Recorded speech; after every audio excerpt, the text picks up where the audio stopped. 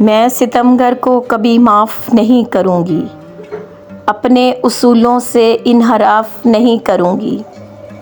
उसने भी दिल में बदगुमानियाँ बिठा लीं, मैं भी अपने ज़हन को साफ नहीं करूँगी।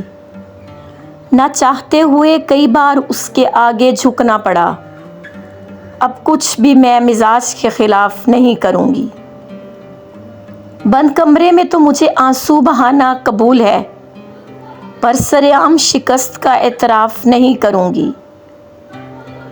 फ़ैसला करने का इख्तियार तुम्हें है, मगर याद रखना मैं इरादों की दीवार में शिगाफ नहीं करूँगी। तेरी बेवफाई देखकर अपना वादा तोड़ना पड़ा, सोचा तो था किसी बात का इंकशाफ नहीं करूँगी। तूने ही कहा था मुझे रास्ता बदल कर चलो, अब तेरी किसी बात से इख्तलाफ नहीं करूँगी।